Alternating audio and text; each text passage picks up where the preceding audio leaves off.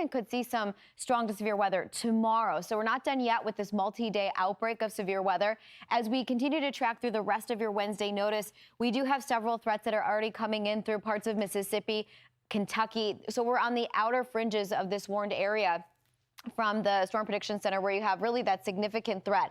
So significant would be highlighted in pink, but really anybody highlighted, whether it's very likely to possible, this is where we could see some of these storms really develop. And that's going to be as we continue to head in through your Wednesday evening. But again, this area where that significant threat is highlighted from Paducah, again, this is where Robert Ray is driving in through West Kentucky, Memphis, down towards Tupelo, Greenwood, Pine Bluff. These are areas that we're continuing to see really that heightened threat of seeing these supercells really take off in development and get that rotation underway.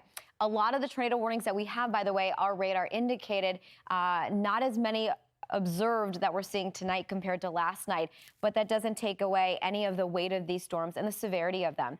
Noticing the tornado threat is going to be there through the evening hours, stretching in through Mississippi, Alabama, in through much of Tennessee, as well as Kentucky, even up towards areas of Illinois, Indiana, and Ohio, and as far north as Michigan, you could see some strong storms. The potential for an EF-2 tornado really does lie within the areas that we're watching now in through Arkansas, as well as parts of northern Louisiana, Mississippi, in through Tennessee, Kentucky, and southern portions of Illinois over there.